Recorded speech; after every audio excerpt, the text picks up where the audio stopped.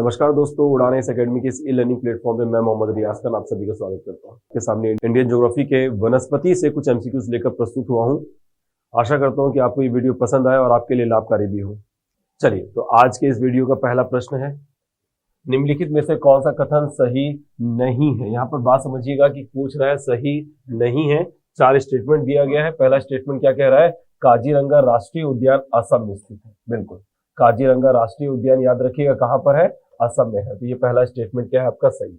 दूसरा क्या कह रहा है, इसे वर्ष 1974 में राष्ट्रीय उद्यान घोषित किया। ठीक, 1974 में से राष्ट्रीय उद्यान क्या किया गया, घोषित किया गया। फैक्चुअल प्रश्न है, आप याद रखें इसे। इसके अलावा काजीरंगा राष्ट्रीय उद्यान की स्थापना सफेद बाघों के संरक्षण के लिए की गई थी। यहाँ पे ध्यान रखने वाली बात यह है कि सफेद बाघों के संरक्षण के लिए नहीं, बल्कि एक सींग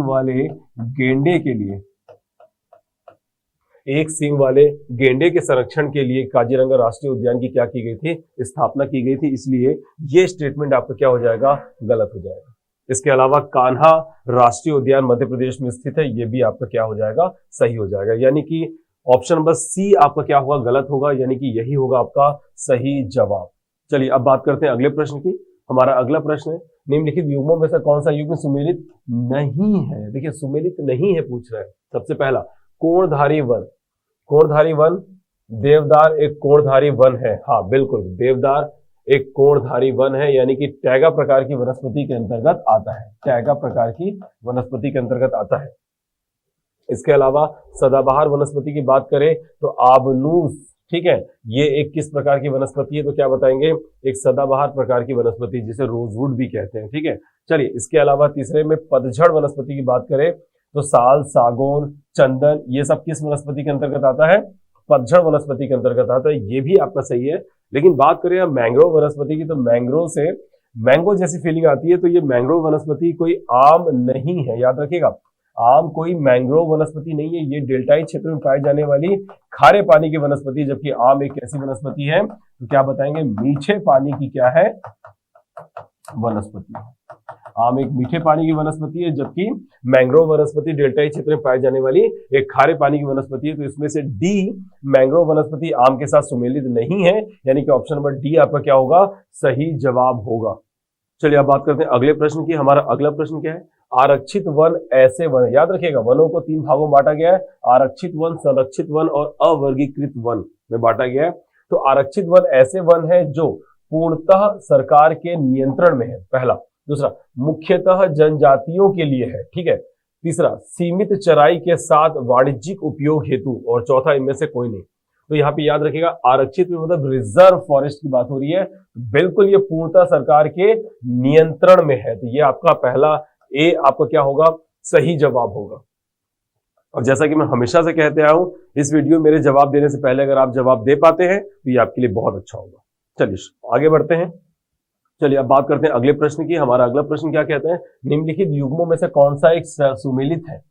सुमेलित है पूछ रहा है। पहला, टीक, सागौन की एक प्रजाति है जो मुख्य रूप से मध्य प्रदेश में पाई जाती है। तो ये यहाँ पर लिखा हुआ है जम्मू कश्मीर, तो ये गलत हो जाएगा। दूसरा, देवदार हिमालय की पर्वतीय वनस्पति है, जम्मू कश्मीर में पाई जा सकती है, लेकिन लिखा हुआ है मध्य प्रदेश, ये गलत हो जाएगा। ठीक, तो ये ऐसा होना चाहिए और ऐसा होता तो सही होता। अगला, चंदन, चंदन की लकड़ी। अब चंदन कहां पर पाई जाती है, कर्नाटक में नीलगिरी की पहाड़ी पर पाई जाती है, लिखा हुआ है केरल, ये भी गलत हो गया। अगला, सुंदरी। सुंदरी की बात करें तो सुंदरी एक प्रकार की मैंग्रोव वनस्पति है। सुंदरी एक प्रकार की मैंग्रोव वनस्पति जो कहां पर पाई जाती है, पश्चिम बंगाल में। ये आपका सही हो जाएगा, ऑप्शन में डी आपका क्या होगा, सही जवाब होगा। चलिए, अब बात करते हैं अगले प्रश्न की। हमारा अगला प्रश्न क्या कहता है, हिमालयी सदाबहार वृक्ष के संदर्भ में निम्नलिखित कथनों में से कौन सा सही है। इसे बिल्कुल हाईलाइट करें कि क्या पूछ रहा है, सही पूछ रहा है कि गलत पूछ रहा है कि सही नहीं है पूछ रहा है। ध्यान दीजिएगा, तो हिमालयी सदाबहार वृक्षों के संदर्भ में पूछ रहा है। पहला, कैंसर रोधी दवाएं बनाने के लिए इसका प्रयोग किया जाता है। कैंसर रोधी दवाइयां बनाने में इसका प्रयोग किया जाता है, पहला, ये बिल्कुल सही है। यह पूर्वी हिमालय में नहीं पाया जाता, ये आपका स्टेटमेंट गलत हो जाएगा। क्यों, जैसे आपको पता होगा रामायण काल में कि हनुमान जी संजीवनी बूटी लेने के लिए गए थे हिमालय में। तो इससे साफ क्लियर होता है कि हिमालय में बहुत सारे पेड़ पौधे ऐसे हैं जिनसे दवाइयां बनाई जाती है, जिनसे औषधि बनाई जाती है।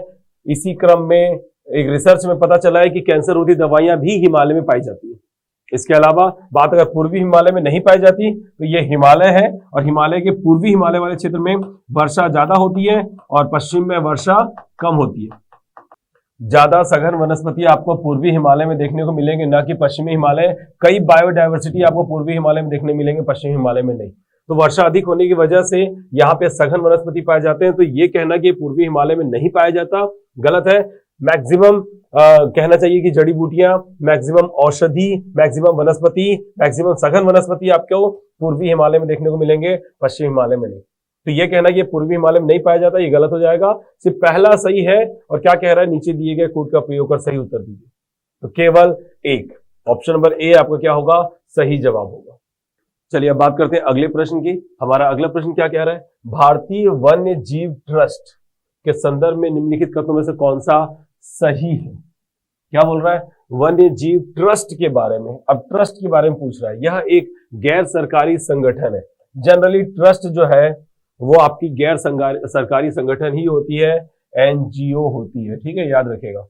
यह स्थानीय समुदायों के साथ साझेदारी में काम करते हैं। बिल्कुल, ये स्थानीय समुदायों के साथ मिलकर साझेदारी में काम करती है। तो ये आपका पहला भी सही है और दूसरा भी सही है, यानी कि ऑप्शन नंबर सी आपका सही जवाब होगा। चलिए अब बात करते हैं अगले प्रश्न की। हमारा अगला प्रश्न है, निम्नलिखित कथनों पर विचार करें तथा सही उत्तर के कूट को चुनिए। पहला, मैंग्रोव वन उष्ण तथा उपोष्ण कटिबंधीय क्षेत्र में निम्न कीचड़ भरे तटों पर पाए जाते हैं। आप समझे कि मैंग्रोव वनस्पति कहां पर पाए जाते हैं।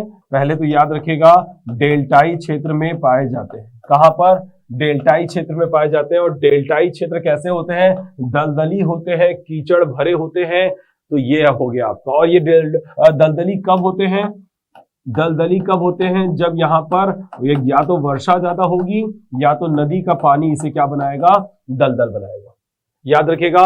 और ये वर्षा अधिक कब होती है, जब जगह कैसी हो, उष्ण और उपोष्ण कटिबंधीय हो, वहां पे वर्षा अधिक होती है। शीतोष्ण और समशीतोष्ण कटिबंधीय क्षेत्र में वर्षा क्या होती है, कम होती है। तो मैंग्रोव वनस्पति उष्ण तथा उपोष्ण कटिबंधीय क्षेत्र में निम्न कीचड़ भरे तटों पर पाए जाते हैं।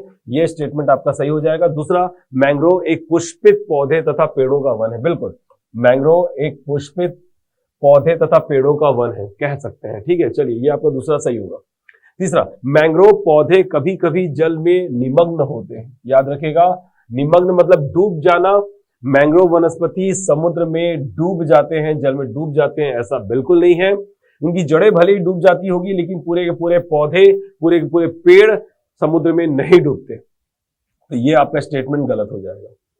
इसके अलावा सुंदरी, पश्चिम बंगाल के सुंदरबन के डेल्टा में पाई जाने वाली सुंदरी वनस्पति मैंग्रोव वनस्पति का एक उदाहरण है। बिल्कुल, चौथा भी स्टेटमेंट सही है कि सुंदरी एक प्रकार की मैंग्रोव वनस्पति है जो डेल्टाई क्षेत्र में पाई जाती है। तो यहाँ पे सही क्या क्या है, तो पहला, दूसरा, चौथा सही है, यानी कि ऑप्शन नंबर बी आपका क्या होगा, सही जवाब होगा, पहला, दूसरा और चौथा।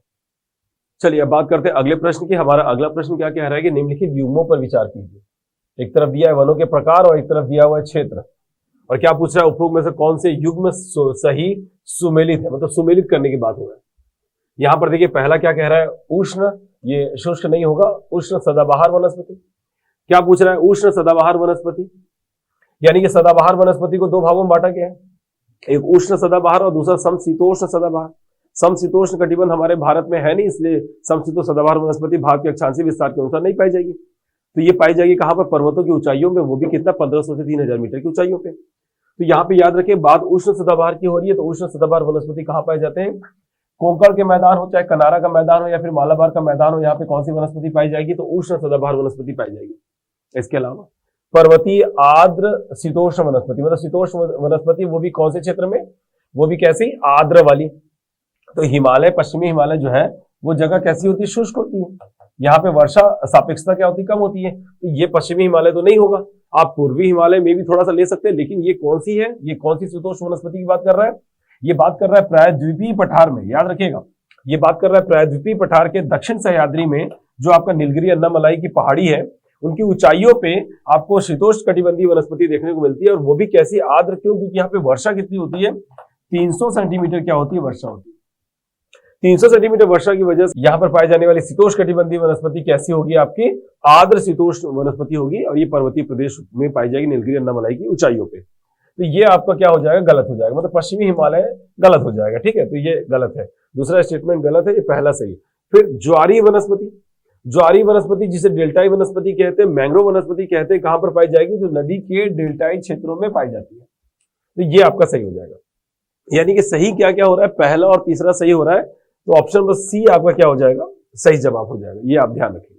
चलिए अब बात करते हैं अगले प्रश्न की। हमारा अगला प्रश्न क्या कहता है? निम्न में से कौन सा वृक्ष समुद्र तल से सर्वाधिक ऊंचाई पर पाया जाता है?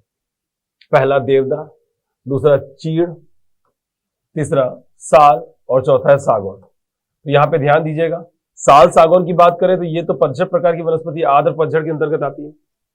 उसके बाद देवदार और चीड़ की बात करें तो पर्वतीय प्रदेश में पाई जाने वाली वनस्पति, जिनमें देवदार जो है वो आपका 3200 मीटर की ऊंचाई तक पाया जाता है, और चीड़ की बात करें तो ये आपका 3000 मीटर की ऊंचाई तक पाया जाता है। बात अगर सर्वाधिक ऊंचाई में पाए जाने वाली वनस्पति करें तो वो होगा आपका देवदार। तो यहाँ पे देवदार आपका सही जवाब होगा, ऑप्शन नंबर ए आपका सही जवाब है। चीड़ 3000 मीटर याद रखेंगे, देवदार 3200 मीटर की ऊंचाई तक पाई जाती है, ये याद रखिएगा। चलिए अब बात करते हैं अगले प्रश्न की। हमारा अगला प्रश्न क्या कह रहा है? पश्चिमी घाट पर पाई जाने वाली वनस्पति का प्रकार है। पहला सदाहरित, दूसरा अल्पाइन, तीसरा सवाना और चौथा पर्णपाती। तो पश्चिमी घाट पर चूंकि वर्षा कितनी होती है? पश्चिमी घाट पर वर्षा 200 से लेकर 300 सेंटीमीटर होती है। तो 200 से लेकर 300 सेंटीमीटर वर्षा, जहां कहीं भी 200 सेंटीमीटर ज्यादा वर्षा होगी वहां पर कौन सी वनस्पति पाई जाएगी? सदाबहार। तो अल्पाइन वनस्पति पर्वतों की ऊंचाइयों में पाई जाती है, पतझड़ वनस्पति कम वर्षा वाले क्षेत्र में पाई जाती है। तो यहां पर देखिएगा ऑप्शन नंबर ए आपका क्या हो जाएगा? सही जवाब हो जाएगा सदाबहार या सदाहरित।